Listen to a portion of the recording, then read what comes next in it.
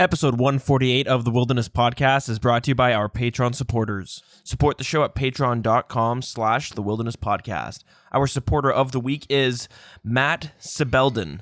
We're also brought to you by Audible. Get a free month and a free audio book at audibletrial.com/wild.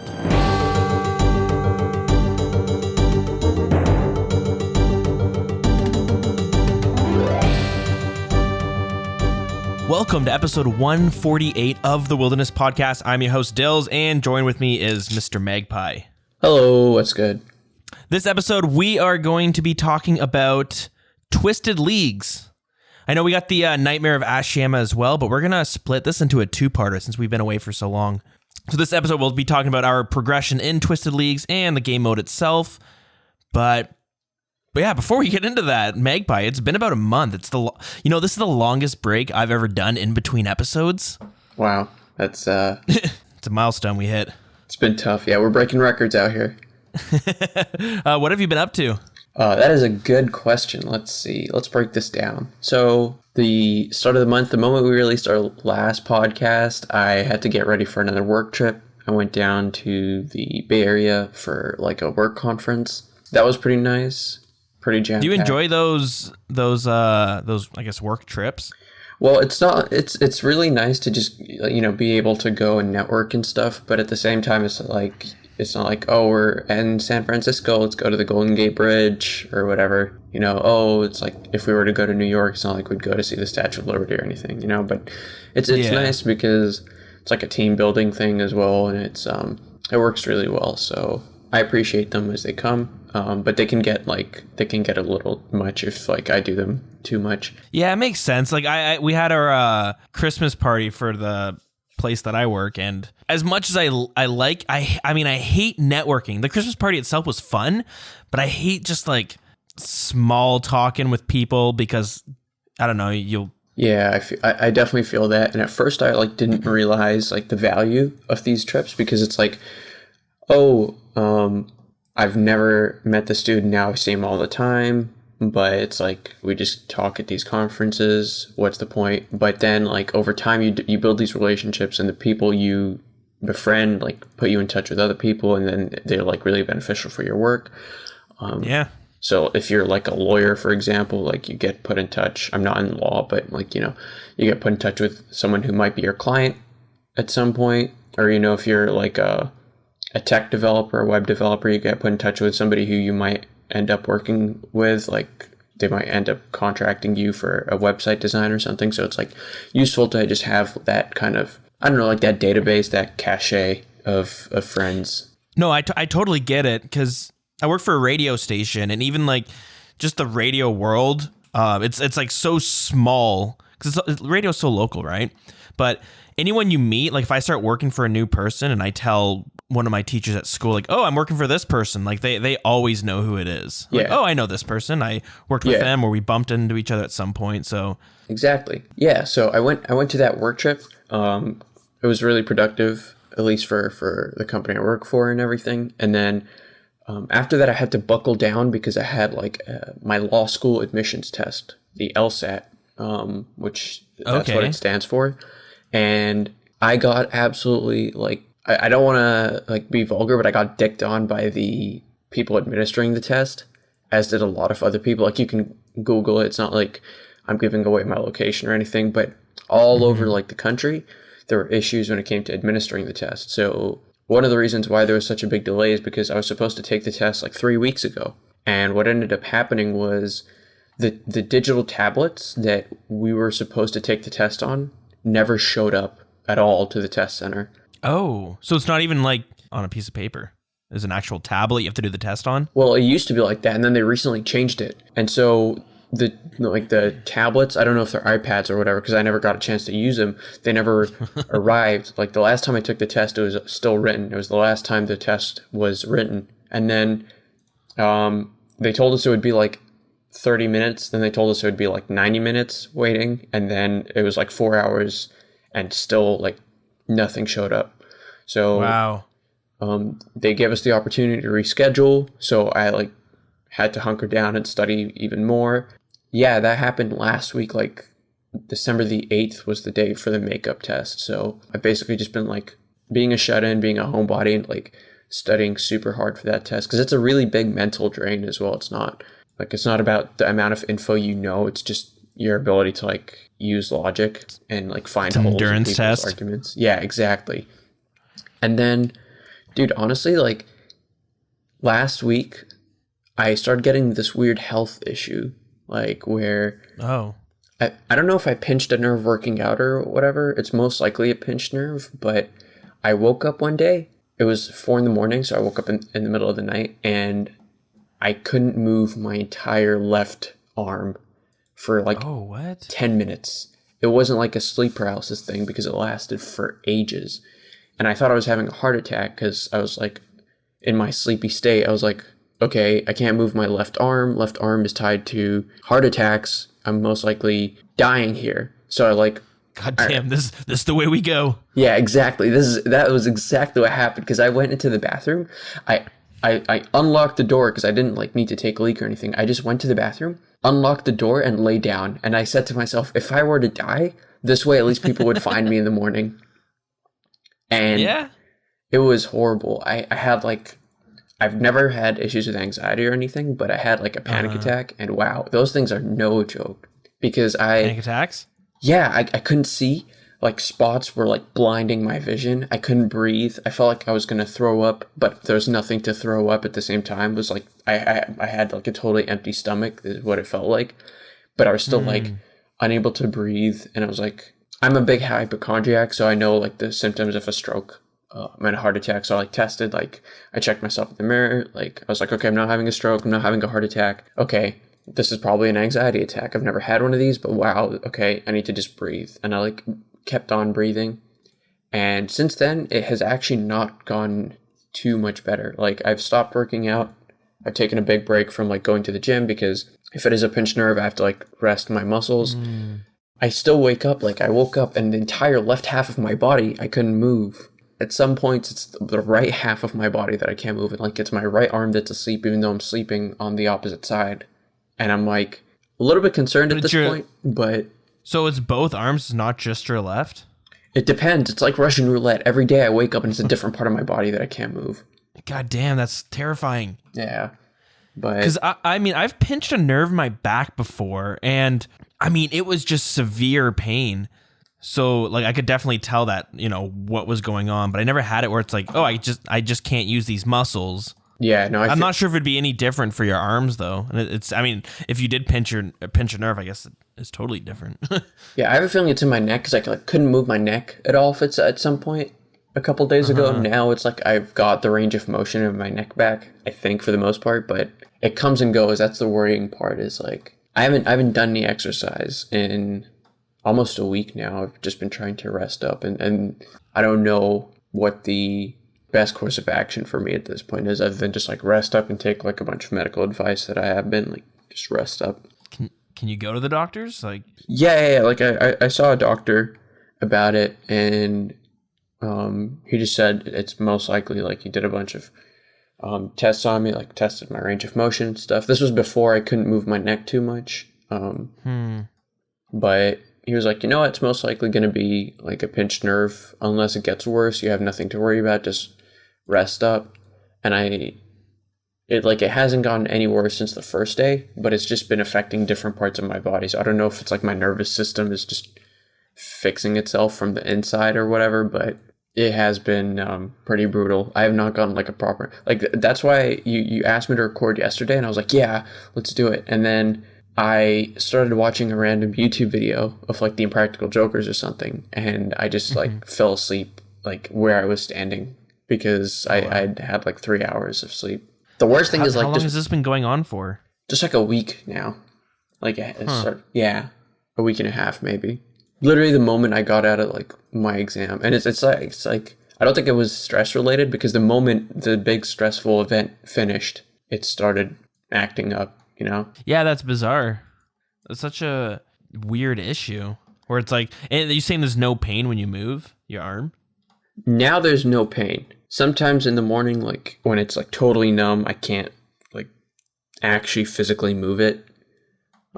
when I wake up in the middle. And here's the things, I keep waking up in the middle of the night because of it. And I have no idea like how to fix it. And that's why I keep like falling asleep everywhere. It's like gone to the point where it's affecting my actual daily interactions because I have to take like naps, which I hate doing, but I've been like napping for a couple hours every day now to compensate. If I sound a little tired, that's probably why. I think that's fair. That being said, otherwise, can't complain. Life is going well, I guess. You can still play RuneScape? I haven't had too much time to get it to get the gains, but when I can, yeah, hopefully my gamer hands are still working. It's still working. So that's yeah. There is a light at the end of the tunnel. Yeah, other than the risk of crippling death, life is going well. So that's perfect. How about yourself? Couldn't ask for more, could you? How has it been going for you? Because I know it has been exam season for you. Yeah, basically exams. I only had 2 of them, so it wasn't too bad, but it's just end of the semester and we have all of our final assignments and projects we have to get in, and they're not difficult. It's just busy work. And next thing you know, I was like, fuck, I don't really have time for anything. Yeah. It's a mix of terrible time management and procrastinating. And no, there's just a mix of those two, I think. Damn. But we're all caught up now. Everything's finished. I passed, so that's good. I'm pretty sure I did. Oh, congrats. At least. Oh, have you not gotten the results? No, not yet. I think. Oh, it's either today or tomorrow they're coming out. It's supposed to be today, I thought. But anywho, no, I'm just pretty sure I wouldn't have failed anything. That's gonna be pretty cool if we get like breaking news in the middle of recording. You just check your email. Failed. Oh, yeah. Hey, I'm going to be a full-time streamer now. Let's do it. I'm sure you did well. Yeah, like I said, a lot of it was pretty easy. It's just some of it took a lot of time to do. And so you're in you're in college for radio broadcasting. Does it mean like a lot of your projects, I assume, are like practical, like actual projects instead of exams, or it's like you have to record certain segments or you have to talk about a certain thing? Yeah, like we'll have our like weekly radio show that we do in groups, and you each have a different role of running that show, and that gets marked. It'll be like things like write and produce a commercial. Like honestly, it's pretty easy. This whole year has felt like a review. That's one thing I've been complaining about, is that I feel like I'm not really learning anything. I'm not really being challenged on anything. And because it's like, one of them was like, you're going to record a podcast. And I'm like, oh, fucking sweet. We're going to make a podcast. This is going to be like awesome. And then it's like, but it has to be 4 minutes long and you have to have 4 different segments. So each segment needs to be 1 minute each. And I'm like, the fuck can you do in 1 minute? And and they're like, it has to be conversational. You need to do an interview with a guest. It needs to sound natural. And you're just like, you give me 1 minute to talk about something like with someone else. There's 2 of us have to talk about something. Yeah. So that was one thing that one assignment we had to do in groups of 5, and I ended up producing all of it, and it was like so bad. I mean, we got a really good mark on it, but coming from like a fan of podcasts, because I listen to a shit ton of podcasts, listening to it over, it was horrible because we had 30 minutes worth of audio and I had to cut out 26 minutes. And it's so choppy. And also in the production booth where we were recording it all, a dude next to us was blasting music so you can hear some dude rocking out next door.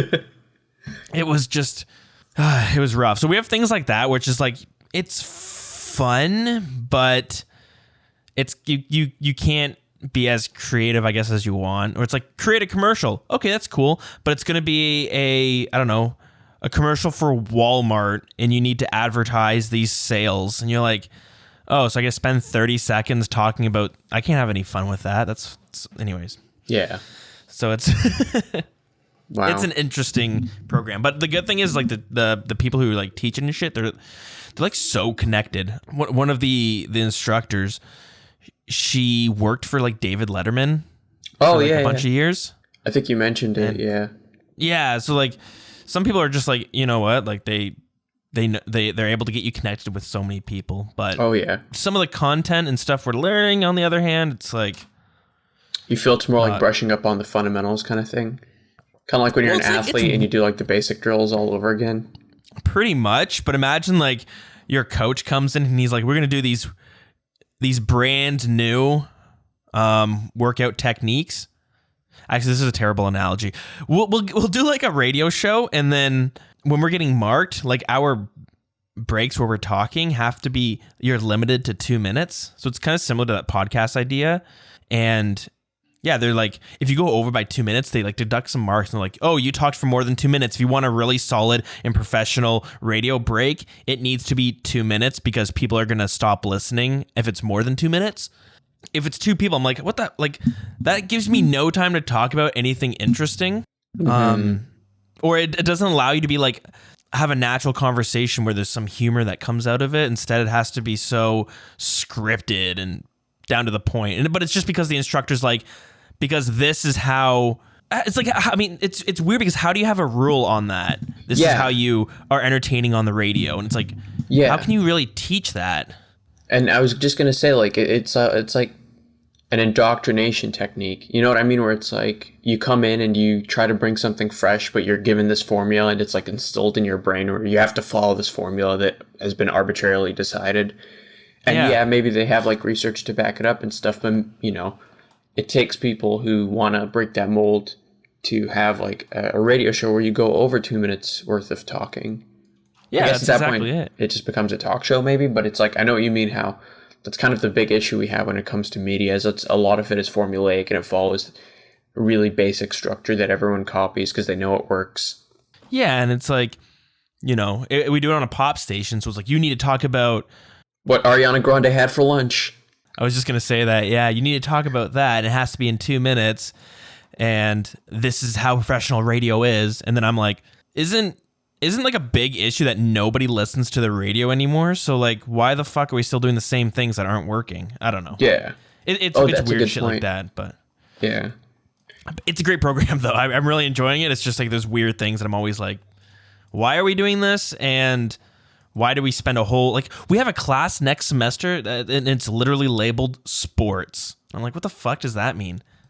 Nice. You're gonna teach me how to talk about football? That's such a waste of time. I look forward to you. Well, it's good that you like, you know, you can like something while you still critically think about it, and you like can evaluate the pros and cons and the positives and the negatives. So, yeah. Well, I'm evaluating all right. Oh yeah. Goddamn sports. Are you kidding me? Anyways, other than that, anything big for the holidays coming up? No, I just have some work to do, like career work, I guess. Because it's busy for the Christmas holidays. We have a bunch of like charities that we help out, so then a lot of work to do there. But yeah, nothing really planned. Nice. Podcasting, that's what's planned. Perfect. Yeah. Let's do it. That's my week in a nutshell. And that's also kind of the reason why, not my week, my month. That's also why we took so long coming out with this next episode, because, I mean, all the problems that we just kind of talked about, and also just being hunkered down with work and schoolwork and, yeah. Neck pain, yeah. And neck pain. The usual stuff. But in any case, all the fun stuff. What matters is like we're trying to improve it. We're trying to plow through with more episodes, starting with this one. So let's get right into it. Jump into it. Let's do it. All right. So the big one we're going to talk about this week is Twisted Leagues. And I mean, this is something I was super excited for. And I would say it was an awesome update to bring to the game, something I'm really enjoying. But Magpie, do you want to run through some of the details we got of what exactly Twisted Leagues is? Yeah, let's do it from the ground up. So Twisted Leagues came out November 14th. It is a new game mode. It's similar to Deadman mode, but instead of being a PK seasonal event, it's more of an all-around PVM skilling achievement kind of season, where players are locked into a certain area. Each league will have its own theme, and the first one is Zaya. So it's the Twisted Leagues. Everyone is stuck on the continent of Zaya, and they have a bunch of challenges to complete. Obviously, you're limited to Kabos and Karen. You are stuck as an Iron Man account, and you have to do everything by yourself. The official release has a bunch of keywords or messages from the team, basically thanking everyone and giving a little bit of insight onto how the process was like when it came to development, which is pretty interesting if you're into that kind of stuff. Mod Curse talks about how it was his job to basically break as much as possible in the game to beta test it. What do you mean? So he says here like, my job was to break as much stuff as possible so the developers could make sure it was all fixed before the release date. And he talks about how he was trying to find a way out of Seiya by using teleports, POH, jewelry, random events. And then he tried to find a way to get around the tutor dialogue that starts with, and he found a way to like teleport all over the map. And you would constantly be teleported back to the League's tutor and stuff. And he says here I had to complete it about 500 times, which is, a pretty fearsome amount of beta testing when it comes down to it. Yeah, and we saw with Deadman mode, like the tournaments, how easy it was for people to find exploits or in like little holes in their game mode. Exactly. Yeah, which is one of the concerns I had with Twisted Leagues, but for the most part, thankfully it hasn't been a major issue when it came to, game-breaking bugs or anything, which is nice. So the entire point the entire point behind Twisted Leagues is that you're technically competing with other people to complete tasks in the Kourend area. And the more tasks you complete, the more points you earn, and basically you get rewards for those points. They transfer over into the base game because you can spend your points on cosmetics, but also you're placed on a leaderboard. So the Twisted League runs from November the 14th through to January the 16th. To play, all you have to do is log into a designated Twisted League world. I think it's like 400 to 412, and then they've opened a couple more up since then. Nice. Obviously, everyone is locked to Kourend. There's no way to teleport out. All the teleports to like Lumbridge and your spellbook and whatever are disabled. And everyone is an Iron Man, but you have higher XP rates. So you start with 5 times base experience. You also have access to faster restock rates in shops. And there have been a couple changes to help with things like questing or certain achievement diaries. So shops found on Kourend will now contain a Barbarian Rod, an Anti-Dragon Shield, and a Pestle and Mortar, which were previously not accessible on the island. You also start with level 3 Herblore and level 15 Agility, so you can actually start to train those, and you start with a bunch of different quests unlocked. Druidic Ritual, Dragon Slayer, Rune Mysteries, and Eagle's Peak, and that's because you need those for Herblore, killing dragons, rune crafting, and Hunter, respectively. Oh, yeah. So that's why they've started everyone off with those automatically complete.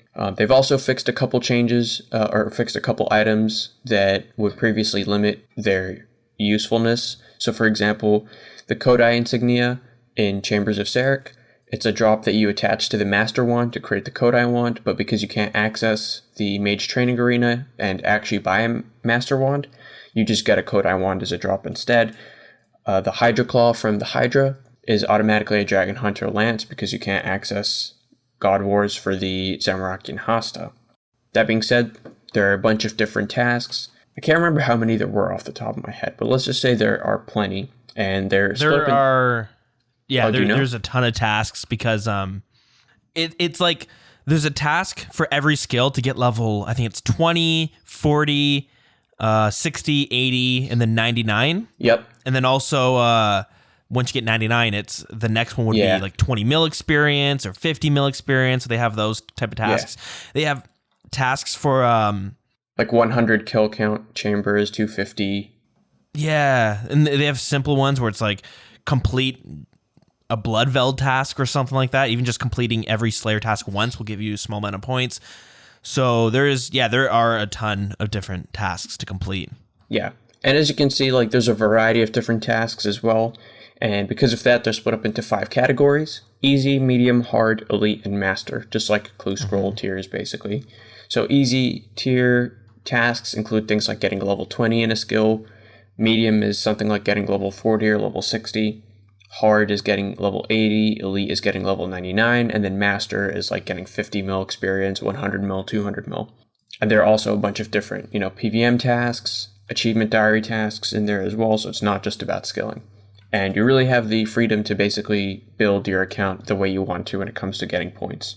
There are also certain milestones when it comes to points that unlock relics, which are basically improvements to your character and to your build that you unlock to help you progress through the Twisted League. So Yeah, they're like perks or traits that you can get in like other exactly. RPG games. Yeah, perks is a good example. So you start Twisted League and you get one perk out of the starting 3. It's like you choose your starter Pokemon. And it says here, once you choose a relic, you will be locked in and will no longer be able to change your relic selection for that tier. You start with the 3, you have to pick one, and then every milestone you hit, you unlock another tier of relics, and you have to pick from the 3 that are available. There are 5 tiers of relics overall, so if you reach the maximum amount of relics, you have 5 to choose from. So you can pretty much choose from a list of 15 relics and make your own combination. Someone better than me at math would find like the actual number of different combinations you can use. Just to recap real quick, every tier of task has a different number of points. So easy tasks give you 10 points, medium tasks give you 50, hard gives 100, elite gives 250, and master tasks give you 500. They also have a link to the full task list in the official OSRS wiki, which you can always refer to get a better idea. Also, every point milestone gives you relics. There's 5 tiers of relics. We're going to go over that in a bit when we talk about our strategies. They're just like perks that you unlock, and we'll go over that in a second. But also the points give you the ability to purchase rewards in the main game, as well as ranks that are placed in the high scores. Oh, yeah. The way I thought it was going to work was you can choose to purchase the relics or choose to keep the points for rewards, but the points kind of act as like experience for the relics. So when you hit X amount of points, you have to choose your relic, but those points you get to spend later on the rewards. Yeah. So it's kind of weird where it's like the points work in 2 ways. When you hit a certain number of points, you get to buy a relic, or you get to unlock a relic, but then you use the points to buy cosmetics later on. That said, there's also a high scores page, and there's also a notice board that gives a bunch of information on who completed which tasks first. So Cool. Basically, because this is such an achievement-heavy content update, there are a bunch of impressive feats that they mention here that will be noted on the notice board for the first person to complete them. So, first person to complete Architectural Alliance, first person to complete the Current Achievement Diaries, first person to solo the Chambers of Zarek without dying, first person to do a solo challenge mode without dying, and then, first person to kill a bunch of bosses, Gotizo, Mimic, Hydra, Hespori, first person to reach level 99, first person to get a Twisted Bow, Dragon Warhammer, first person to unlock all the 5 relic tiers. So that's League first notice board, but the points also give you a chance to be put on the high scores where you are placed in a different tier. It's almost like League of Legends or any kind of ELO system where you are placed in a tier based on how well you do. So depending on the number of points you finished with by the end of the league, you are placed in a different tier. So if you complete at least one task and get 10 league points, you are put in the bronze tier. The top 80% of players are in the iron tier. Top 60% is in steel, top 40 is in mithril, top 20% is in adamant, and then where it really gets competitive, the top 5% are placed in the rune tier, and if you are sweaty enough to be in the top 1%, you are given the dragon rank, and you are in the 1%, so occupy Grand Exchange. Yeah. They also mention here there's a couple of league-to-league rewards. So if you get any pets in Twisted League, by the time the next league is announced and released, you keep that pet with you. So let's say you get a random fishing pet, you keep that pet on you for the next Twisted League. And if you die with your pet, the league tutor lets you reclaim them, I believe for free. A unique symbol representing the tier you placed in at the end of the previous league will appear when a player right-clicks you in your current league. There's also league rank worlds where if you're placed in Mithril, Adamant, and Rune, you'll have a specific world that you are allowed into. You can use any ranked world if you meet the tier, so if you are in the Dragon rank, you can still use Adamant worlds, for example. And finally, league armor sets. So based on how you placed in the last league, you will be given an armor set that can be used in the next one. And it will be a weapon and a piece of armor, or a set of armor with varying stats that can assist in early gameplay. So the rich get richer, SMH my head. That being said, I think those league to league rewards are so fucking sick. Like, I love how if you unlock a pet, it's going to stay with you in the next league. So let's say 10 leagues from now, we haven't been back to Zaya. You're going to see someone with the Wintertodd pet, or see someone with the Hydra pet, and it's going to be like, oh shit. Yeah. Like, this guy's an OG. Yeah, that's right. Yeah, it's going to be pretty cool.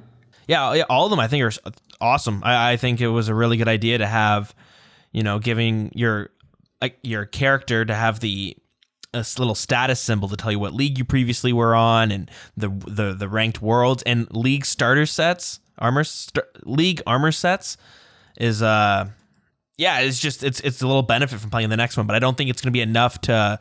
Yeah. Let's say you make it bronze, you're going to be like, well, there's no point in me playing next season. Like, you're still going to want to be able to compete. Yeah, and the idea is it's all fast-paced. It's like Deadman mode because there's like 5 times experience gain. So you're going to be able to eventually make your armor really quickly if you, for example, miss out on, Rune, Longsword, or whatever. It's not the end of the world. Sure. Oh, yeah, for sure. So there's also a bunch of main game rewards that were pulled that will be released when the Twisted League ends in January. All main game rewards, it says here, will be cosmetic and tradable unless otherwise stated, and will be offered in the following league. You may choose to save your league points for the next set of league rewards if you wish. So let's say you really like Twisted League and you have 15,000 points or whatever. You're a total beast and you get that juicy 15k, but you don't like anything now. You can just save it for the next league. And if you like the rewards there, you get to spend more of your points there. So there's a Twisted League themed banner. It's similar to the Corrend House banners, but themed around the Twisted League. It'll cost 750 points. There's a home teleport animation that costs 750 league points. There's a cosmetic. Really cool.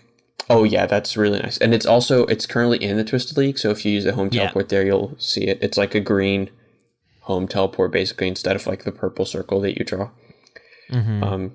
Cosmetic Twisted League outfits. So there's 3 tiers of cosmetic outfits with no stats. They will be tradable and they will be storable in your POH. And they will each represent the Twisted League.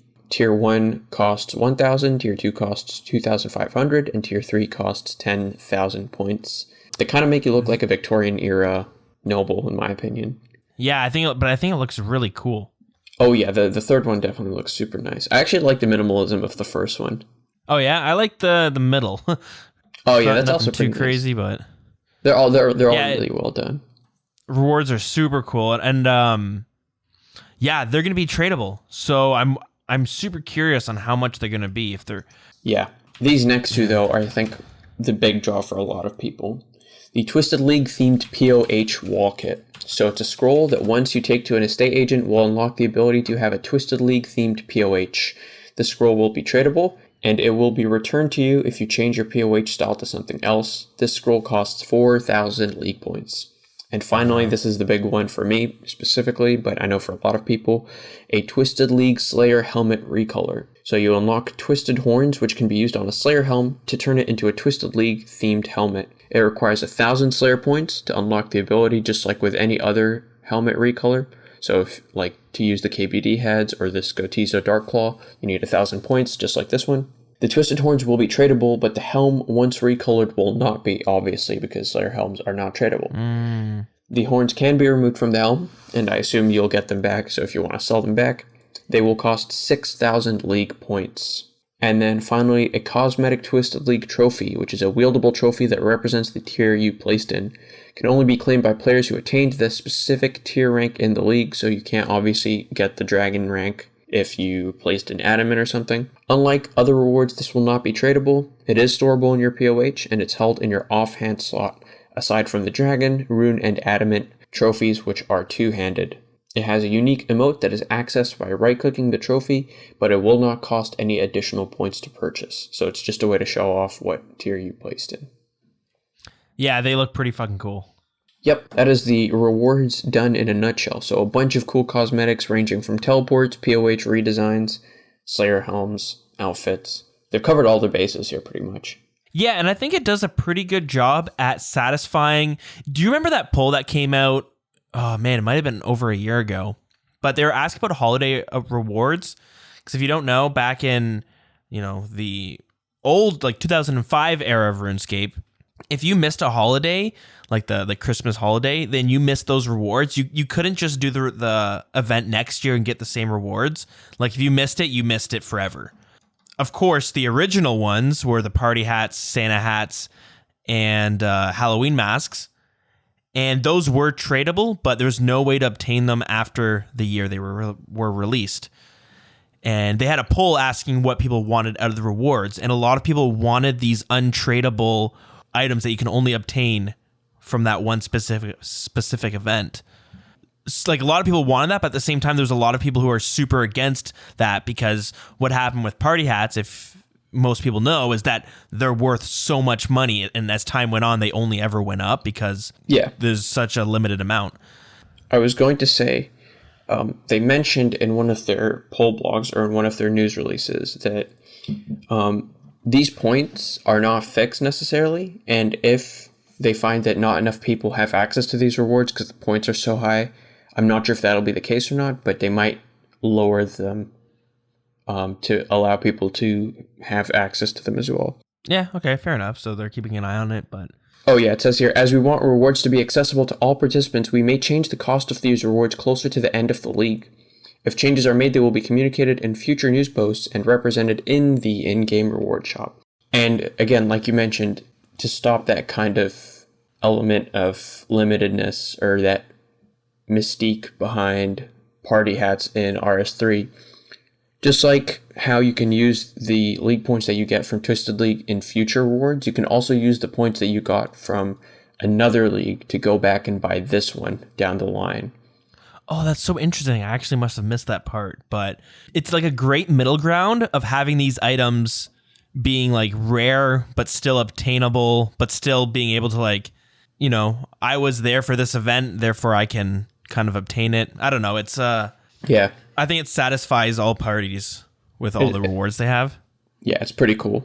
Like you mentioned, it's the best kind of best of both worlds scenario where even if you didn't enjoy the idea of playing Gonzea, but for some reason, you didn't like it, that's all good. But let's say you want to do like a Swampletics build when they inevitably release the Mauritania one. That way, if you find that the Mauritania result or the rewards for that aren't up to your liking, you can always come back and buy like the POH or the home teleport here if you want.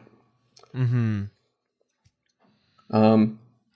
That is pretty much it, aside from a bunch of other news that basically handled things like Bounty Hunter. They did a bunch of updates to basically change the way Bounty Hunter rewards work. The new Bounty Hunter reward shop sells the rune pouch for 15 points rather than 75. It sells the looting bag for 2 points rather than 4. The duration permitted for a Bounty Hunter task is now 20 minutes instead of 30, etc., etc. So that is the main Twisted Leagues update that came out. I guess before we talk about our progression with it, want to go through the relics, and then we'll go through which ones we chose and what strategies we came up with? Yeah, definitely. And these relics obviously are so beneficial that everyone's account is basically, everyone's build is tied to the relics they choose. So yeah, and a lot of people from myself, it was so hard for me to pick my first relic because I'm like, they were all really good for different reasons. And as you said, people craft a strategy and they choose the relics that are going to benefit them that way. Definitely. So there are 5 tiers of relics. Just like, starter Pokemon, you have to pick from one of 3 when you start with, and then every time you unlock a new tier, you have 3 different ones to unlock to choose from. So every time you get a choice of 3 and you have to pick one, and once you choose it, you can't go back and pick from another tier. So if I get to the second tier of relics, I can't pick 2 tier 1s instead. Mm-hmm. So tier 1 that you start off with, these are the ones the moment you arrive on the island, you get to choose between one of these 3. Abyssal Accumulator, which lets you save 85% of your ammo and runes. Endless Endurance, which gives you unlimited run energy and gives you 4 times your HP restoration rate. And finally, Dark Altar Devotion, which lets you automatically bury any bones that you get from monster drops, and those bones give you 4 times the normal prayer experience, which stacks with the 5 times boosted experience from the game mode. It also halves the rate at which your prayer is drained, and every time you get an Ensouled Heads drop, you get 2 instead of 1. So that's the tier 1 relics. And I don't know about you, but I had a hard time deciding which one to choose. Yeah. Being able to save your ammunition and runes, like an 85% chance, that's huge, especially because you don't get a accumulator, right? Yeah. So that one was pretty big. But, you know, having unlimited run energy is like... so I ended up going with Endless Endurance, which gives you the unlimited run energy because I hate walking around so much. Yeah. I also thought, like, that one's going to help me the most consistently. Exactly. Like, I think the accumulator one, like the abyssal accumulator, is really good, but it's really gonna to come and play near the end game. Mm-hmm. And then there's Dark Altar Devotion, which seems to be more quality of life than anything. So it just automatically buries your bones. You get 4 times the experience, but yeah. Although the rate in which your player's prayer is drained is halved, that's also pretty good. But here's the thing, like, I think they've released a bunch of stats, which we'll go over, but I think for me, this was a really obvious, easy choice. I picked the Endless Endurance Unlimited Run Energy because, A, it is the only one that will help you in every kind of content that you do. Like, no matter what kind of skilling you're doing, what questing, PVM, you're going to need run energy. And the other 2 are just super conditional. Once you get enough runes and once you get enough arrows, the first one becomes useless. And once you get 99 prayer, the third one becomes useless as well to some extent. Yeah, and it's great for someone who's going for 200 million prayer experience, but that's... But that being said, as well, you don't have access to stamina potions on Zaya. Right. That's a massive one. So there's a lot of content that would be locked behind not being able to run properly. Whether you're doing clue scrolls or PVM or rating or whatever it is, like, it's a super, super big help. So, and one thing that I didn't realize would be such a big deal is the 4 times hit points restoration. Yeah, that's also really big. That one turned out to be huge, especially when you coupled that with the rapid heal prayer. Yeah, because it stacks. Yeah, so you had like 8 times your health regeneration. And it's like it's huge for doing things like Slayer and stuff. Like, there's often I won't like need any food depending on what the monster is. Yeah, definitely. And that's also going to be like, that's again something that is really underrated because it helps you everywhere. Because if you're PVMing, you get way better HP rates. If you're doing Slayer, if you're doing clue scrolls, it helps a lot as well because you don't have to take breaks and heal up. Things like that, where it just really improves the ability to do certain pieces of content. Tier 2 is where it starts to get interesting, and this is where you start to see the variety a lot more. So Tier 2 is unlocked at 400 points. Once you break the 400 point threshold, you get the chance to pick one of 3 of these relics. First one is Hardcore Harvester. Players receive triple the usual amount of resources from mining, fishing, woodcutting, herb farming, the blast mine, and farming contracts. These additional resources don't give you bonus XP. Players will receive triple the amount of mulch pearls from aerial fishing, and farming ticks will occur every minute instead of every 5 minutes, which means that your farm runs will take way less time to finish. That one seems like it could be really good in certain situations, but also I could see it being like a huge pain in the ass for others. Where it's, let's say if you need mining, fishing, or woodcutting experience, having that 3 times resources is really going to hinder your experience gained. Yeah, because you won't be able to, like, if you're AFK barbarian fishing, you're only going to get the equivalent of like 8 fishes worth of experience before you have to drop everything. Yeah. The second one is Arcane Courier. All supply crates from the Winter Tot, as well as all gathering resources such as mining, fishing, woodcutting, farming, and the blast mine, are automatically sent to the bank for you. Super big quality of life, super big for skilling. That's like the opposite of the other one, where this Yeah. is really great for if you're wanting to get some AFK experience. Yeah. So this one helps you basically turn your brain off and just AFK fish. You don't even have to drop anything. Yeah. And finally, Unnatural Selection, which lets you choose your farming contract and Slayer assignment every single time. So what it does is it unlocks a menu for you when you go to Konar for your Slayer tasks, because she's unlocked for you. Or when you go to Guildmaster Jane in the farming guild, you literally get a menu that says which task, which Slayer task, which monster do you want to kill, or which like plant do you want to farm. So which one did you go for tier 2? So I ended up going Unnatural Selection because I found there's only one time that I wish I went Hardcore Harvester, and it's when I was smithing arrows. And it's because I wanted to gather mining ore. I wanted to mine ore quicker. Yeah. But I found that there's going to be some cons to taking that. Same with Arcane Courier, because just some routes that I had set up would be like fish a thing of lobsters, go cook it, run to the bank. And I know you could, you could just fish it and then go cook at the Hasidious kitchen or something like that to make it quicker and better. But I just found it wasn't that big of a deal if I had to do it myself. Yeah. And plus with Endless Endurance, like it wasn't that big of a deal to run to the bank. But yeah, I chose Unnatural Selection because that one just seemed that it was going to pay off down the road. Yeah, no, I agree with you there.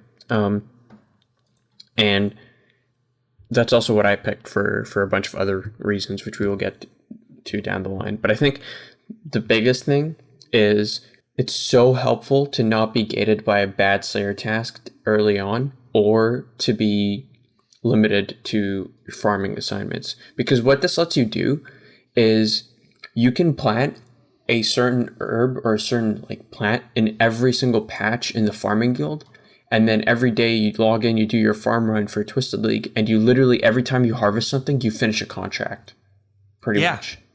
So let's say you plant Ranar, you plant a maple tree, you plant like a whiteberry bush, you plant watermelons, and then you get a Ranar contract, you harvest your Ranars, you get a watermelon contract, you harvest that, you get your maple tree contract, and you basically just go down the line of all the things you planted.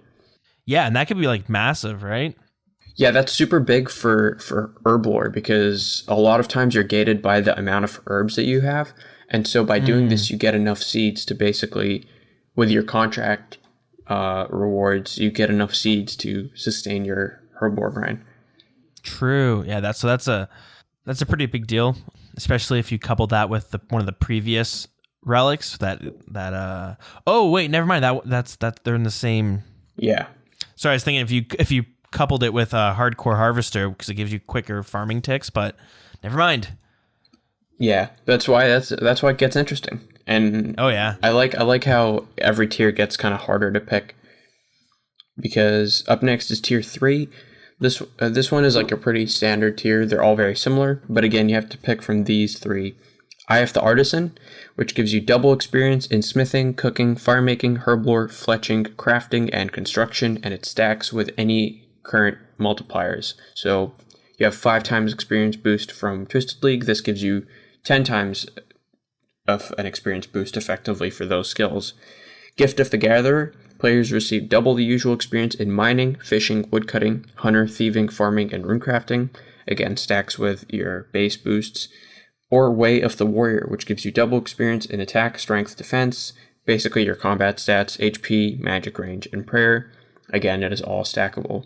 So long story short, one of them lets you do all your processing skills at double experience. One of them gives double experience for all your gathering skills, and one of them gives double experience for all your combat skills.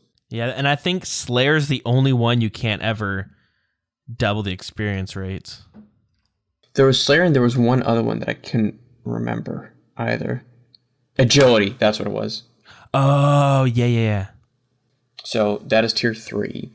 So I went with this one. I had a tough one deciding between as well, because I found if you went Eye of the Artisan, so your processing skills, I found that a lot of you can unlock certain content faster. Let's say you want to do raiding, right? You'll get your herb lore up faster. Yeah. You get your fletching up faster, so you could make, I don't know, a magic short bow or something. I don't really know. But Yeah, so you unlock a lot of shit you can use down the road, but Gift of the Gatherer is like really good if you're not able to play. Like if you can just AFK, your wood cutting or something while you're doing other things, that's such a huge difference. And then Way of the Warrior, that's the one I chose because I was I thought I was gonna make way more progress than I was making, but I haven't been able to play that much. So I was like thinking.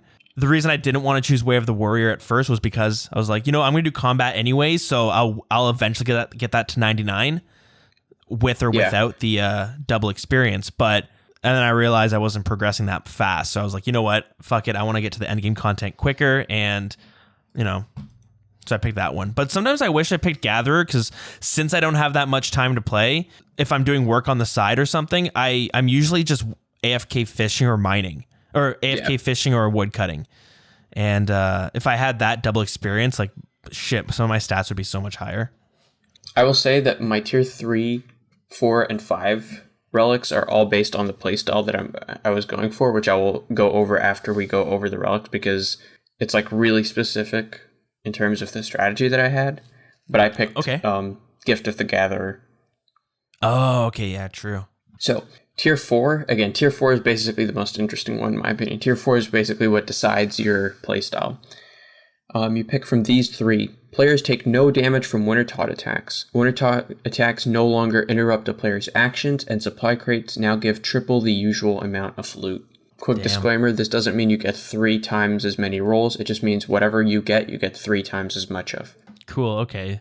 Instead of getting like 3 times the chance of a pet, it's more like if you get the pet, you get 3 of them.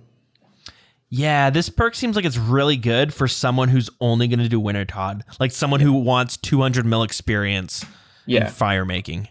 Which we will go over in a second, actually. Funny that you mentioned that. The second one is Konar's Blessing. This is for the PVMers out there. Players get a 10% increase in accuracy and damage for all attack styles, or 30% if the monster is part of your Slayer task. So it basically gives you a permanent Slayer helm, as well as a permanent 10% buff to your that's sick. DPS. Mm-hmm. So that one's also pretty cool. And then finally, the third one, Treasure Seeker. NPCs that drop clue scrolls now have a flat 1 in 10 chance of dropping them. Clue geodes, nests, and bottles are now found 10 times more often from all skilling activities from which they can be found. All clues that you don't start are now stackable, so you can have a fat stack of clues and do them all at once. As long as you don't start them, you can just like stockpile them. And all clues have the lowest number of steps possible for that tier, because clue steps can range depending on the type. So, for example, let's say you're doing a master clue, which is normally 6 to 8 steps. Instead, it will always only take 6 steps now. Is it only 6 to 8? Yeah, for masters, yeah. Damn. For elites, it's 5 to 7, and hards, it's 4 to 6. Mediums, 3 to 5. Easy, 2 to 4. So that means easy clues will always be 2 steps. Mediums will always be 3. Hards will always be 4, etc. Which one did you pick for tier 4, my dude? So I haven't picked one yet because I'm not quite there, but I'm really close.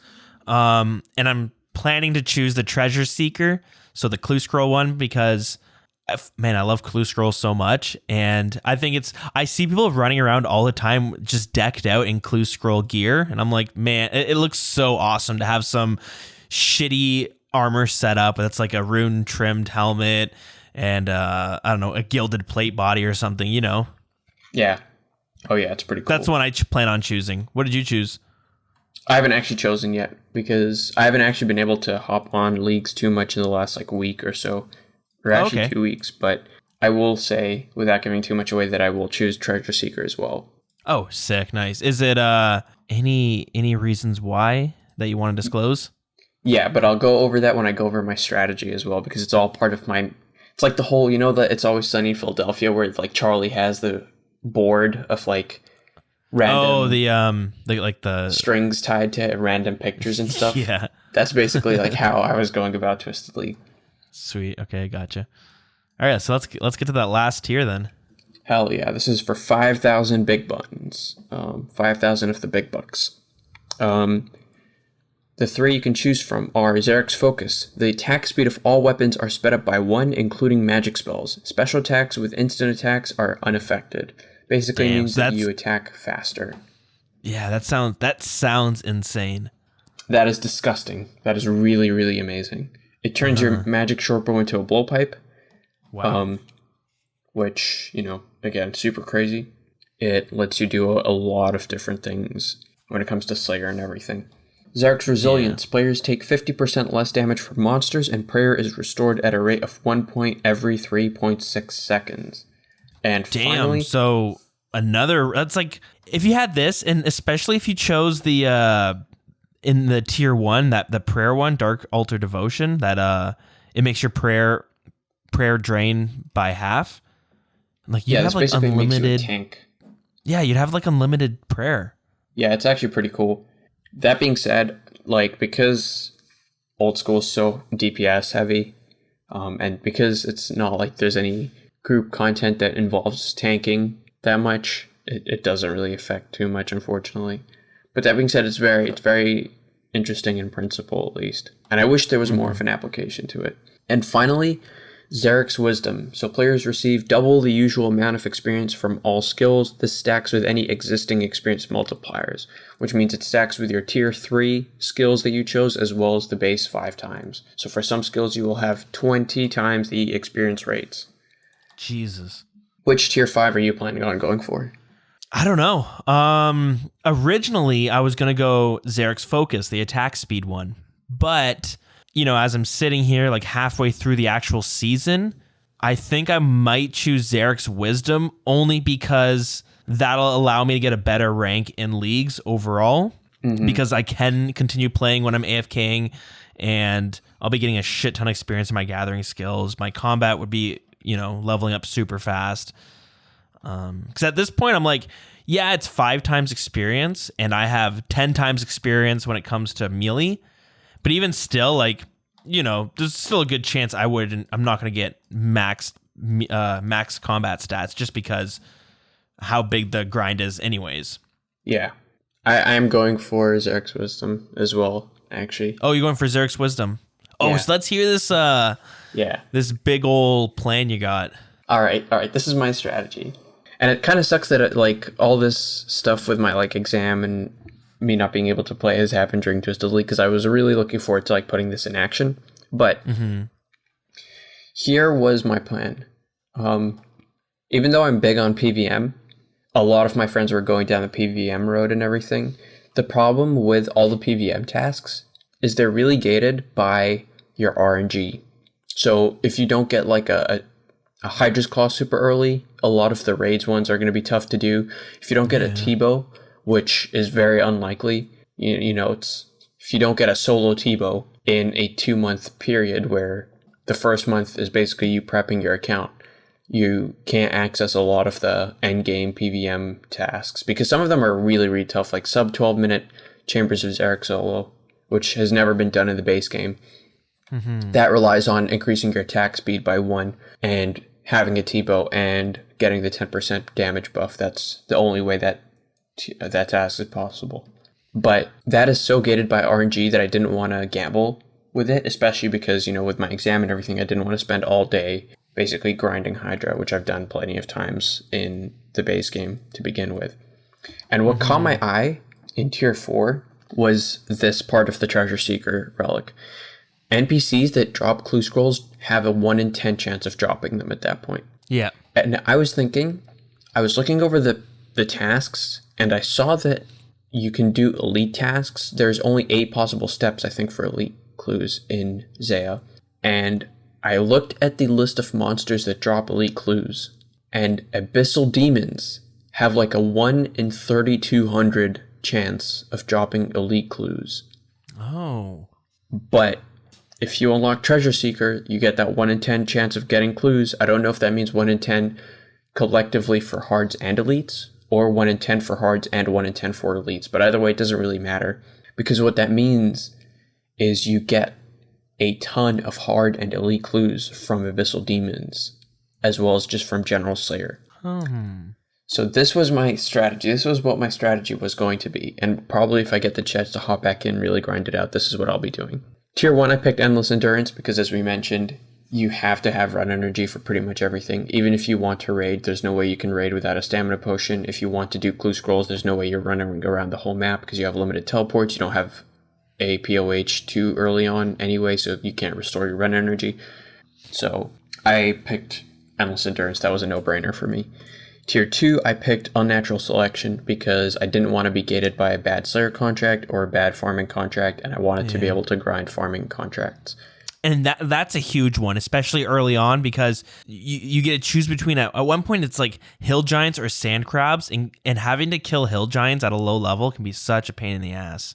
I know. Yeah, that was a big thing for me. And then, Tier 3, I picked the Artisan experience boost for two main reasons. Fire making and herb lore. Herb lore is pretty straightforward. Herb lore, for any Iron Man out there, they know that. Wait, herb so you lore got is a Eye of the massive- Artisan? I thought you said you got Gift of the Gatherer. No, I got the Artisan. Oh, okay. Maybe I said Gatherer, but I definitely got Artisan. And here's why. This was my strategy. I am going to go down the clue scroll and experience route because that is 100% not tied to RNG. It's also the fastest points from my calculations, unless you get ridiculously lucky with a T-bow or something, or a pet. I started pretty much the same way everyone starts, by getting my farm making up to 99 at Wintertide. Yep. And then I did a bunch of skilling. I still have one attack, one defense, and the only strength I've gotten is from Barbarian Fishing. I haven't trained any combat skills yet. My plan is get 99 farm making, spend a bunch of time skilling, which I'm currently in the middle of. I need to finish my farming, but I did cooking and I'm doing like fishing on the side when I get the chance to hop back in. Get enough points from skilling to unlock tier 4 without training combat just yet. Tier 4, unlock Treasure Seeker. I get access to clue scrolls. At this point, I start my Slayer grind and start training combat with Eye of the Artisan as well. I spend the whole time training Slayer, stacking up all the clue scrolls I get. So I have a massive amount in the bank waiting for me already. Once I get enough, or once I need to take a break from Slayer, I start spamming out clue scrolls left and right to get all the tier like 1, 2, 3 easy, medium, hard clue scrolls done by doing easy clues, medium clues, hard clues. Tier 5, I go for Zerek's Wisdom, and I go back to Wintertot with 20 times experience rates, and I go for 100 mil farm making experience, because that's only the equivalent of 5 mil in the base game, which is like 3 days worth of Wintertot anyway, and that gives you the equivalent of like 2,000 points. And then after that, it just comes down to farming clue scrolls left and right from Slayer tasks, which in the process of getting like 85 Slayer or whatever, I will get enough clue scrolls to basically finish, I think it was like 600, 700 points worth. And then I can hopefully do Hydra to get the Mystic Robe Bottom, which is the biggest gate to the clue scroll grind, because one of the elite clues is an emote clue, and you need a Mystic Robe Bottom. Oh, no shit. Yeah, and... Can it be any color? I think it needs to be blue, but I could be mistaken. I think it could be any color, actually. So that you can always get that recolored one from the chest. Oh yeah, I think it needs to be Konar's blue. chest. Actually, I think it does sucks. need to be blue. And so, for the elite clue step, the only way to get a Mystic Robe Bottom, there's 2 ways. The first is from a clue scroll, I think, and the second one is from Hydra, because it has a chance of dropping a Mystic Robe Top and a Mystic Robe Bottom. Right. Okay. Yeah. So long story short, my plan was to skill like crazy, get the clue scroll perk, do clues like crazy until I unlock double experience overall, and then I get 20 times fire making experience, go back to Wintertot and spam Wintertot, hopefully get a pet in there as well, and that gives me an extra 500 points. Boom. Damn. You were a lot more planned out than I was. That is the most consistent way to get points, in my opinion. And nice, that's smart. If we were to go over the stats, I think a lot of people have figured that out as well, because way more people went for the Treasure Seeker than I thought. True. You know, it's funny because the reason I went Treasure Seeker is because I was like, I like clue scrolls. They're fun. I think it'd be awesome running around, opening up a bunch of chests to see what kind of gear you got. Whereas your strategy boils down to like how many points can I get in with X amount of time or effort, right? Exactly. And it's two approaches. It's funny because we got the same exact conclusion, but we have such different like mindsets to it. But what's really cool is that like, yeah, your way you might be able to unlock, the most amount of points doing, as fast as possible. But at the same time, I know there's so many different strategies you can use that could be just because like, you know what, I didn't have enough time to play this during this league. So I chose a gathering route and it allowed me to get a bunch of points while not having to, focus too much on the game. Exactly. Yeah, so it's really cool. What's your overall thought of Twisted Leagues? I think it's a nice update as a whole, overall. I will say that a lot of people that I've talked to who have been grinding it super hard have kind of burnt out on it. And it's kind of tough because with the limited amount of time you have, you kind of get this like pressure to play. Yeah. But yeah, I can see that. It is what it is, ultimately. Yeah, it can be tough. Do you find 2 months to be too short? I'm not sure, honestly. I can't tell you off the top of my head because I get the idea is like super fast-paced content, action-packed, and 2 months sounds like a really good amount of time for that. But again, it's like if you're out of action for 2 weeks, that's already a quarter of your time gone, pretty much. So yeah, it's true. Yeah, I'm not. I guess we'll have to see where all the accounts sit a month from now. But I do feel like if they increase it to 3 months, I would enjoy that because I'm not gonna. I don't know how far I'm gonna get into my account progression. We're sitting at the halfway mark, and I'm looking at my account thinking I'd be way farther along than I am. I have like base 60s for my combat stats. I have 90 fire making. I got 70 fishing, 65 wood cutting, 57 slayer. So like I still got loads of way to go before I can start doing raids and stuff like that. But yeah, I don't know. I'm having a lot. Like I was really excited for this update, but I was having way more fun than I expected to be having. And yeah, and I think it's nice that that's the case, to be honest. Yeah, and what I loved is that we'll have to see as each league comes out how people feel, because when Deadman mode was first released, I remember the subreddit being filled with just strictly Deadman mode posts. So we're gonna have to see how things fizzle out as time goes on. But it was awesome running around Zaya and having so many. It was like overcrowded. Everyone was running around. Nobody knew what to do. A lot of people were like, I don't really know where do I go to fish shrimp, right? Yeah.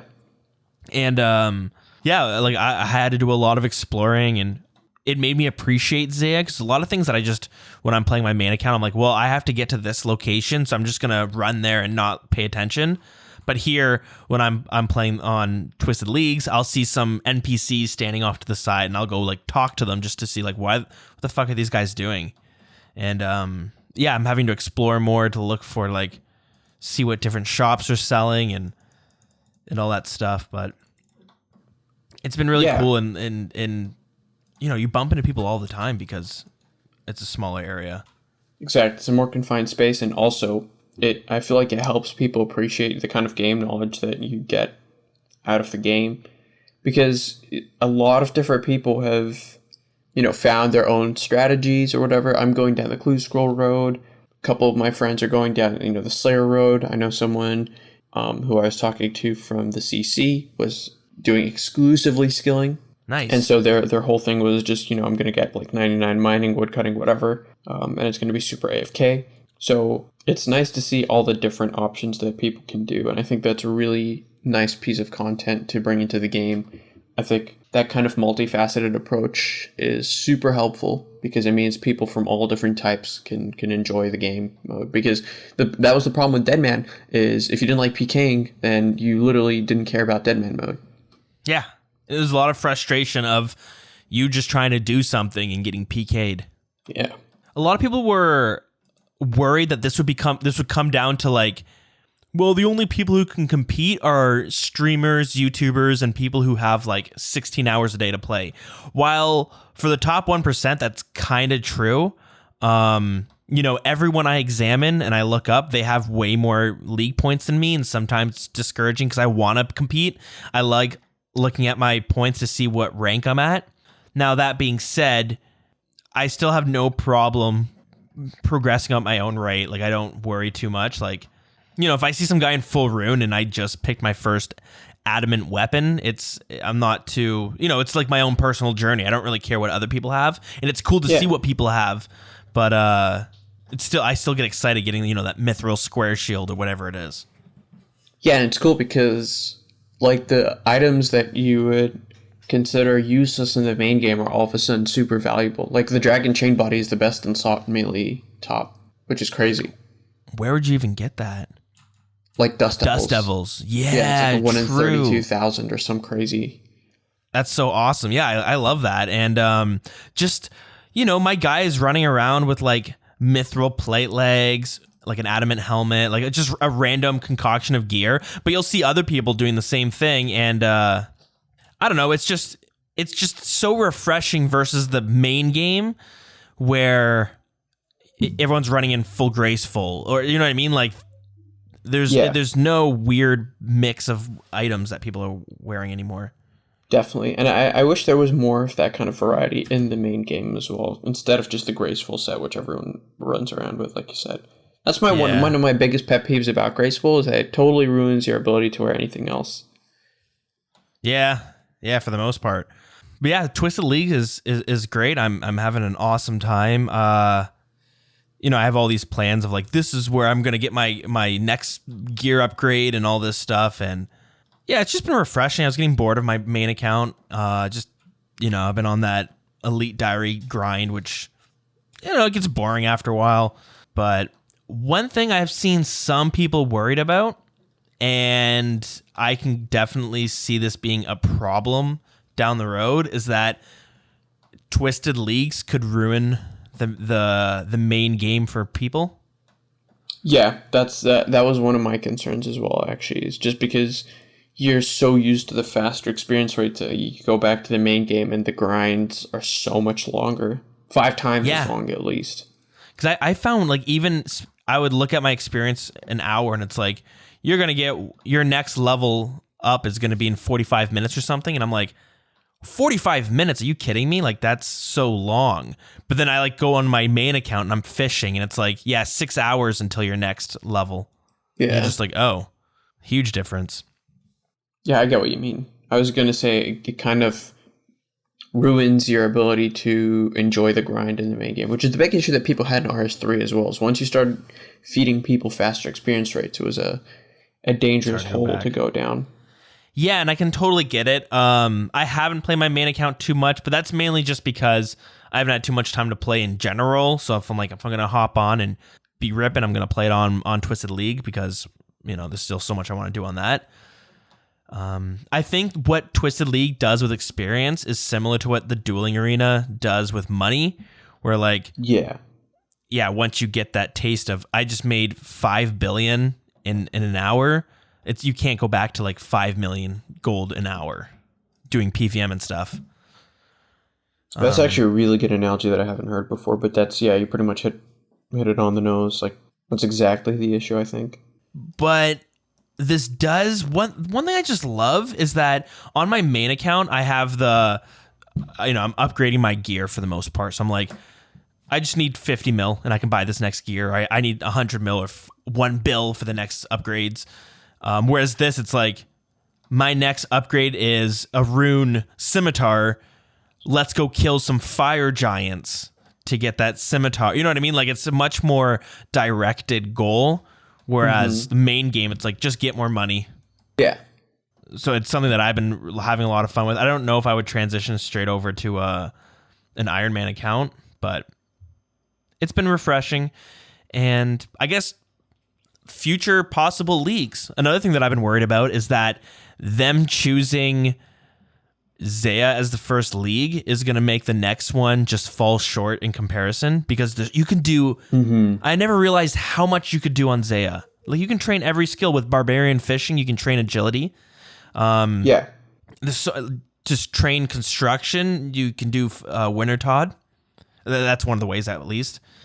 Yeah, there's a way to train every skill, which, I mean, for people who watch Settled's content, that's the big thing, is there's no way for him to train certain skills without using experience tomes, which is nice in terms of watching him grind for it nonstop, but in practice, if you were to do that, it would be painful. Yeah, no one wants to spend 6 months grinding out genie lamps for one skill. The only place that I can see this being remotely similar to, or the only like area that I can see being remotely interesting enough, is the wilderness, probably. I was just thinking that. That's another area that has so much that, I think it would be interesting to do a league in the wilderness, because like you got random furnaces, random anvils, random fishing spots. Yeah, there's a ton you can do. You could even allow people to bank at the mage arena and bank in Edgeville. This way you can still do Slayer with Wildy Slayer. Yep. You can do fishing through like the weird dark crab spot or whatever, like a bunch of different fishing spots. Yeah. So now I guess and there's bosses and stuff to do, but the question is, do they make a PvP? Yeah, that's it. What do you do? Because that could be fun, or that could just be Deadman mode all over again. Yeah, that's pretty much Deadman mode, isn't it? Yeah. Down to a nutshell, pretty much, isn't it? We're back to square one. It'd be hard to see, but one thing, I wonder which route they're going to... I'm sure they're going to go this route where, like, Zaya, you can do a little bit of everything, but I wonder if they move it to Mauritania, because you mentioned it as an offhand comment, but it's inevitable before we have a Mauritania league. And I wonder if they'll just be like, you know what? It's smaller than Zaya, and you're not going to be able to train every skill. You can't train farming. You can't train this. You can't train that. You'll just have to make do with a less variety of activities you can do on this area. Oh, dude, I just realized, you know what would be another incredible place? Okay. Mauritania is an inevitability, but I highly, and I'm willing to go on the record for this and be proven wrong, because I'm probably going to be wrong, but I highly doubt Mauritania is the next one. Here's why. Okay, let's hear it. I think the next one is going to be the desert. Why? Because 2 reasons. One, there's a lot more content to do in the desert than meets the eye. You can do rune crafting, you can do literally the best experience rate rune crafting through the desert just by doing lava runes, but you can also do fire runes in there. You could do fishing, mining, agility, all that fun stuff. You can actually do 2 agility methods, one in the Al-Kharid, like normal area, and Paul Niche. You have a bunch of quests to do. Cowfight Queen is the only boss off the top of my head that I can think of, but there's a lot of cool storylines that you might be able to do. I don't know if you can actually access them without, I don't know if you can finish Ixalarion's Little Helper, even if you had a cat, without going to Gertrude. I think that's one of the steps. But anyway, as we see with Twist League, they have no problem probably doing some weird teleport to Gertrude's house only. Yeah, exactly. But here's what I think. I think Desert has enough content. The Elven Lands also is a potentially interesting one, but I think they're going to start with the desert maybe. But the thing I'm willing to go on the record for is the fact that it will not be in Mauritania, because they're releasing the Nightmare of Ashihama soon, and I think they're going to wait until that piece of content hits Mauritania so that there's more to do in the region before they make it into a league. Yeah, so that's why I thought, so this league will be over, let's say, mid-January, right? Yeah. Another question that I have is there going to be a gap in between leagues? Is there, are they going to do it okay, this league's over, now in 2 months we'll have another league, or are they going to have it right away once it finishes, the next one starts, kind of like what they did with Deadman mode? That's a big question, but it seems like they're gearing up to have Ashiyama released in the new year, early on in the new year. Yeah, you're right. That does put a hole in my entire argument, doesn't it? But at the same time, I think what you're right is they would be, this is Jagex, so it definitely could happen, but they'd be so stupid to come out with a new piece of content and then release it within a league, because there's so many kinks to iron out. And the last thing you want is having these relics being able to mess with like, I don't know, bugs. I don't know. It's just it just seemed like too much of a task to take on to bring on a new piece of content and bring on a whole new league all wrapped in one. Yeah. The desert is a good idea, actually. At first, I was kind of skeptical when you mentioned that's where you think it might be next, and I was like, there's only one boss to do there. Like, no one's gonna really care. But like, at the same time, what's wrong with having one league where it's not super PVM focused? There's PVM you can do there, Exactly. but it's gonna be Calphite Queen, and maybe I don't know. Yeah, just Calphite Queen. Maybe they can figure out some other stuff to bring on. Is there a Slayer Master in the desert? I know there's one in RS3. Oh yeah, no, I don't think there is. But you can move one. So I think wilderness, desert could be a good one. You could have a relic that's like, you no longer have to bring water skins with you. You know what I mean? Mm-hmm. Well, that's a Desert Amulet 4 perk. What if there's a relic that lets you be on lunars? Boom. Quote me on that. That's going to be another relic in the next one. Because that lets you unlock Slayer no matter where you are. With lunars. I was thinking NPC ancient contact. magics. Oh, that's I think you're onto something. Okay. Oh yeah, baby. Another one that they could do that I thought would be interesting is like just free to play areas, but maybe you allow, non free to play items and like all members stuff can be still accessed as long as you could actually access it in free to play. Yeah, but at the same time, I feel like, from a business standpoint, it doesn't really seem smart if you're trying to entice people to pay for membership, because Leagues is a members only piece of content. Like, hey, you're stuck in free to play. Look at this content. People get to go exactly where you are now and pretend to be you, but you pay $12 a month for it. You get faster experience rates. Oh yeah, or slower experience rates. Another one that I thought would be cool, as you can tell when I'm like sitting on the toilet or something and my phone died, I'll just sit there and be like, what's another league that would be cool? But yeah, would be another one that would be kind of interesting would be like just the islands, and you could just have it so you can take, maybe there's like every island has their own port, and you'll have to put the NPCs there themselves, but you can hop on a boat and go to any other island. well, you could just use like charter ships. You can just, how like they added the contract, pick your own contract system. Yeah. You can just do that and add a bunch of like different areas for charter ships, because you could do Karamja, Pest Control, Lunar Isle. Yeah, true. You the mostly harmless. Yeah, mostly harmless. Mostly harmless. The Dagonoths, like depending on how many islands you want to give access to. Yeah. Or you could United States. Fossil Island. A which? United States, just discover new continent. Sail all the way west. That's actually a really interesting one. Karamja is also another good shout, actually, if it's not the desert or the elf, like the entire elf area. The elf area is nice because Zulra's in there. Karamja has the fight caves and the inferno. Yeah. Any other bosses though on any of the islands? I mean, you have the Dagonoth Island. I don't know if that would count. DKs. Yeah, DKs. That could be a good one. Or just full on like prediction mode now. I know. It's fun to kind of think about, but I would like to see maybe not an area restricted one, but more like a gameplay restricted Iron Man, if that makes sense. That sounds really stupid, but like, what if there was a Camelot kind of like tasks that are themed around a certain like Camelot, so you have to kill bosses in a certain way with certain like White Knight items or something. You have to kill like people ragging Emily in the wilderness with White Knight gear or something. Sick. You know what I mean? Just like tasks that are specific to a faction instead of tasks specific to an area. It depends how much work is involved, but there is quite a bit you could do with it. As you can tell with us kind of sitting here and just like guessing just what could be riffing next.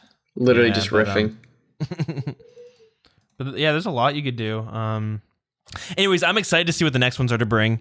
This one's really cool. It was a great idea to start off with Twisted, with Zaya. Yeah. And we kind of went through our strategies, but a week after Twisted Leaks came out, Jagex released a dev blog that went through some of the statistics of Twisted Leagues and some changes that I don't think we've gone through yet. But yeah, with the data that they released, you can kind of see what their strategy was. So we'll go through that right now. Hell yeah. So remember, this is 1 week after release. So this isn't necessarily true right now, but you can kind of get an idea of where things were kind of rolling. But the most completed task of the league was getting level 20 thieving. In the first week, they had 67,000 people complete it. The average person had 830 points 1 weekend. I guess for reference, I have 2,000 points right now. But, I mean, there's people with tons more. Yeah, I wouldn't be surprised if it's around 2,000, 2,500. Okay. In the first week, 70,000 Slayer tasks were completed, and 94,000 farming contracts were completed. And the seven people defeated the Great Ulm in Chambers of Zarek, which is pretty crazy. Yeah. And what a lot of people were asking for was a breakdown on the relics. So in tier 1, Abyssal Accumulator, so being able so 85% chance of keeping your arrow or rune. Close to 15% of people chose that. Endless Endurance, the unlimited run, had 70% people choose that. And Dark Altar Devotion, the prayer one, close to 16% of people chose that, which is actually surprising. I thought more people would choose the accumulator. Mm-hmm. I mean, and then endurance being 70%, that makes total sense. People hate walking. Yeah, it's easily the worst thing. Yeah. So tier 2, Hardcore Harvester, which is receiving 3 times the resources. 34% of people chose that. Arcane Courier, so having your resources go straight into the bank. 16% people chose that. And Unnatural Selection, so being able to choose your farming contracts and Slayer tasks. Close to 50% of people chose that one. So far, we're in the majority. Tier 3, so Eye of the Artisan, 2 times experience to your processing skills. Yep. 55% of people chose that. Gift of the Gatherer, 2 times gathering experience. 20% people chose that. And then Way of the Warrior, your combat experience. 25% people chose that. So yeah, it looks like you're still going the route as most people have chosen. Yeah. So tier 4, this one there wasn't a clear-cut majority. There's 2 that were pretty close, but Spirit of Din, which was the Winter Todd, not taking damage. I think it was. Yeah. No taking damage, no being interrupted by actions, and getting 3 times the amount of loot. Yeah, that's right. Okay, so the Winter Todd got 6% of people chose that. Konar's Blessing, so having that permanent Slayer mask on, that had 42% of people choose that. And then Treasure Seeker, this Clue Scroll one, 51% of people chose that. And then finally, tier 5. Oh, this is interesting. So Zarek's Focus, having all your weapons be faster, 28% of people chose that. Zarek's Resilience, the one that gave you tanking, you took 50% less damage and your prayer restored. 0.26% of people chose that. So not even 1% chose it. Yeah, by far the lowest. By far the worst picked skill, or the worst picked relic.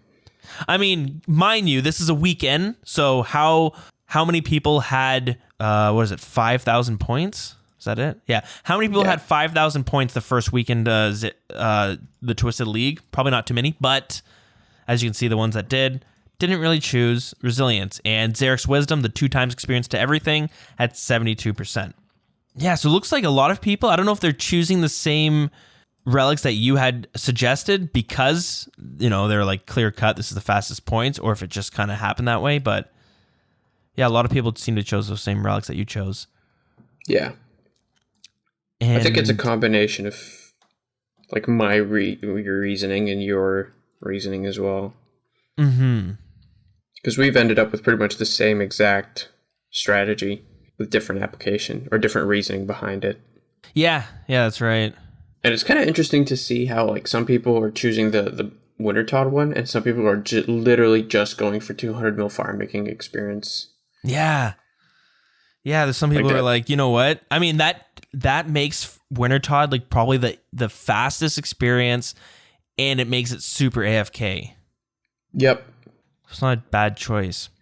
And because with the 20 times boost, you're pretty much getting like 4 mil an hour easy, if not higher. You should be getting like 6 mil an hour, actually. Yeah. Because you normally get like 300k an hour from Wintertot, if I'm not mistaken, conservatively speaking. Maybe at 99 it's like 350k. So with the 20 times boost, you're getting 7 mil, and that's including all the time that you waste, like being interrupted with your actions. So the last piece of info that we got for our statistics are in regards to the different ranks. So of course, bronze was just having 10 points, so that didn't change. But iron, which is the top 80% of players, 100 points is what it's at right now. Steel, which top 60, 540 points. Mithril, top 40%, 1,570. Adamant, which is the top 20%, is 3,440. So right now I'm in Mithril, and then Adamant's almost double of what I've got. Rune, the top 5%, 6,520. And Dragon, the top 1%, is 9,900. So that's going to change each week as it goes on, as more people get more points. But yeah, that's what it was currently at, and this is from December 5th, so even that's going to be a bit different. But yeah, I think that's a pretty comprehensive breakdown, to be honest. Yeah, it's a really cool game mode, and I'm thrilled, and it seems to be doing pretty well. But yeah, I guess it'll be a tough act to follow, I think, is the long story short.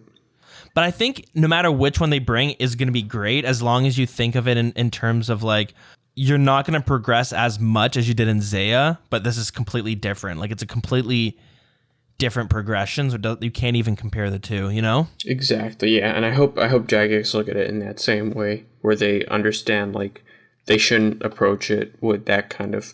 Because, I mean, some of the tasks are ridiculous. Like, getting max total level is pretty crazy to begin with. Yeah. But some of them is like 200 mil in certain skills, getting like 500 chambers KC, that takes forever, but with limited gear as well, that's ridiculous. Some of the tasks are, I think some of the tasks were designed without anybody actually testing them. They just said, you know what, we probably can't do them, but Rooks will probably be able to, so let's just find some random crazy tasks that no one will be able to do, because sub 12 minute Chambers of Xeric solo is still like disgustingly ridiculous. The record is 14 minutes. Wow. I do like how they have stuff like that where it seems so unobtainable that, you know, the top players, it gives them something to strive for, right? Yeah, exactly. And it's nice because it's nicer that way, because it means that it will really test the mettle of the players, like you said, but it also means that they're not holding back any punches. They're not saying, oh, we know that people can do it in 14 minutes, let's just stick to 14. And I think it's fine if the league starts and finishes and nobody gets that task. It'll just be like a cool piece of information, like, oh, nobody was able to do this. Yeah, that's right. And it allows them to know, you know, for next time what to tweak. But I think that's it for our league discussion. Did you see anything that you wanted to mention? No, that's pretty much it for Twisted Leagues. All right. Well, I mean, since we're just kind of keeping this episode Twisted Leagues related, and we're going to come back and come out with episode 149, where we're going to talk about the Nightmare of Ashiyama, and other stuff. I guess we'll kind of wrap this one up right now. Hell yeah. Does that sound good to you? Let's do it up. Next week, we will probably be doing like in-game recaps of what we've been up to, including maybe a Twisted League update if you get your grinds on as well. Because I'm planning on logging back in soon, just talking about it. But then also talking about the Nightmare of Ashihama poll blog and a bunch of community stuff. Perfect. It sounds good. All right, so let's quickly run over to that Grand Exchange. So first things first. God, it's been so long since I've done one of these. If you're interested in Audible audiobooks, you can go to audibletrial.com/wild, get a free month and a free audiobook. You know, maybe if you're into reading and you don't have enough time these days to actually read, that's kind of where I'm at. I sometimes have time to read, and then I finish a book, and then it's hard to pick up the next one. But audiobooks seem to be the big rave these days. Everyone's listening to these Harry Potter audiobooks. I know you were listening to them as well, right? Yeah, I started And I was also listening to the Gucci Mane autobiography. Oh, that's right. So there's a huge selection to choose from. So if that's something you're interested in, check it out. audibletrial.com/wild. Another way you can support the show is doing that directly on patreon.com/the wilderness podcast. Our supporter of the week is going to be Matt Sybeldon. Matt Sybeldon. I hope I'm pronouncing that right. If not, you can feel free to just write an angry email if you need to. But yeah, thank you so much for supporting the show. And yeah, love you guys. You guys are the greatest. Hell yeah. So, I have one community request to make out there before we wrap up. Okay, let's hear it. So, I was talking to somebody in the CC one day, DeCobra, and he told me that he was a RuneScape player from Africa. Ooh. And he has yet to see someone or meet someone who's also from the great continent of Africa. So if you are playing in Africa, if you're African, or if you know somebody who's African who plays old school, please put them in touch, either with me or with DeCobra. You can cut out the middleman, just hit him up. He's in the CC normally. He's a pretty chill guy. Let us know. I mean, I'm not going to ask for like personal information. I'm not going to dox anyone for proof or anything. I'm just hopefully taking people's word for it. But let's see if we can find some out. Or if you know like an African-based clan or something, because I know there's a Brazil clan that's pretty popular.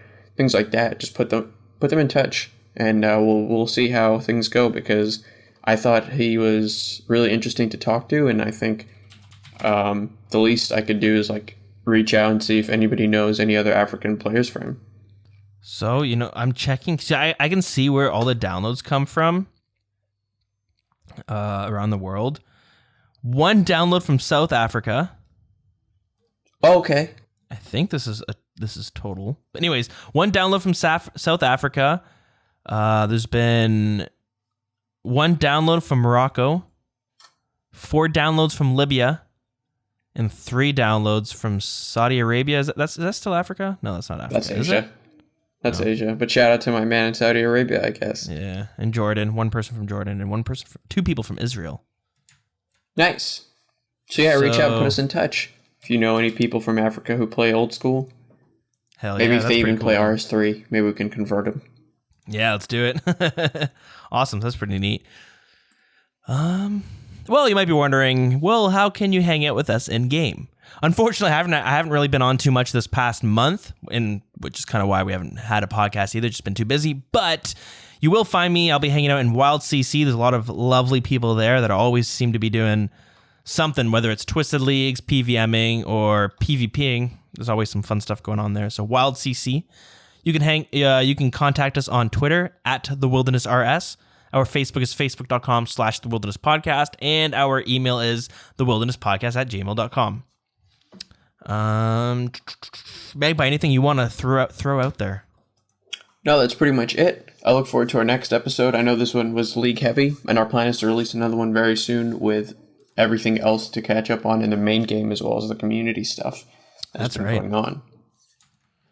Oh yeah, Merry Christmas to everyone as well. Yeah, Merry Christmas. And I guess I should say, maybe we'll mention the next episode as well. We're talking about, just because when school does pick up or work picks up or real life picks up, as you can see with this giant gap, was just because we weren't able to line up a time to sit down and record. And I'm also expecting it to be like a 3-hour long episode, which is why we split up the 2 now, and which means the editing process will be long. So there's a few times where we almost sat down to record, but then I was like, you know what? I'm not even gonna be able to edit this for the next week. So we just kind of pushed it off. Oh, so, yeah. You're right. I was supposed to plug something, wasn't I? Maybe. I don't remember what it is, but the survey. So this is gonna kind of go with it. Magpie, you can just talk about the survey in a second, but in the new year, we plan on doing like a format change of some sorts, just so that we can continue. It gives us more flexibility that if something were to pop up where we can't commit as much time to the podcast, we can still come out with an episode. We were playing around with some ideas before we started recording, which would be like maybe releasing 2 episodes every week. One episode is like, this is what I did in RuneScape, and we talk about what we did in our personal lives and all that stuff. And then the second episode might be just news, because I know some people don't care about the where we talk about what we did in RuneScape. So people want to just get right into the news. We were thinking having the 2 episodes because then people could skip over the 1 episode and go straight to the news. And it also allows us to do like smaller episodes. So like the news might be just 45 minutes, or we might keep it at an hour, and then maybe us talking about what we did in RuneScape could be like between half an hour and an hour. Yeah. Just some ideas. And to piggyback off that, what I was going to say is this is basically based on what most people enjoy about the podcast. So it's not what we think is best, but I will be releasing a survey when you see this podcast come out. You will see a survey link, hopefully, as well with it. Pretty much right next to the podcast episode release. To ask you guys to give your opinion on basically what you like about the show, your favorite parts. If you prefer like longer shows with a little bit longer gap between them, or if you prefer shorter shows but with shorter gaps between them. So, it's still going to be 3 hours worth of content, but would you rather 3 1-hour long episodes or 1 3-hour long episode, basically? And things like what your favorite part of the show is, what you feel like we should expand on, what we should reformat, things like that. And I will be giving away a bond to 1 random lucky entrant just to spice it up a little bit. So if you put your RSN into the survey, it'll be optional. You don't have to if you don't want the answers to be tied to you. But if you do want a chance at winning the bond, you can put your name in. Just let us know. There's no right answer. There's no feelings that are going to be hurt if you don't like one part of the show, or if you don't like the sound of my voice. I can get a vocoder. It's no big deal. But just let us know what you enjoy so we can pretty much, as Dill said, optimize the show and work out a system that works in terms of giving you guys as much content as possible. And whether that's, big, chunky 3-hour marathon episodes for you to binge, or shorter episodes that, keep you going throughout the week, where it's like, oh, I got a new episode this week that you can look forward to. Yeah, the survey is going to be able to allow us to see and also choose, like, in the new year, maybe we'll go with having 2 shorter episodes. Maybe we'll continue with the 1 episode, but we have to keep things tighter, right? Yeah. It's just a ways that we can be more consistent and stuff as well. Exactly. But yeah, more to come when that's out. And I guess that's it. You got anything you want to... No, that's pretty much it. I just wanted to plug the search for African clans or other African communities in the game and the survey. Sick. So, Merry Christmas and Happy Holidays. That's right. 'Tis the season. Anyways, now that we're at the end, that means we're going to choose a song of the week. And I think we will choose... Let's go Hypnotized. Hypnotized, which is a song that is unlocked at Clenter's Pyramid only while hypnotized during Ixthlaren's Little Helper. When the pyramid is revisited in the future, Mirage will play instead. So this came out in April 2005 and composed by Ian Taylor. And yeah, guys, we'll see you shortly. Yep. Merry Christmas and Happy Holidays. Hell yeah. Merry Christmas, Happy Holidays, and we will see you in the next one.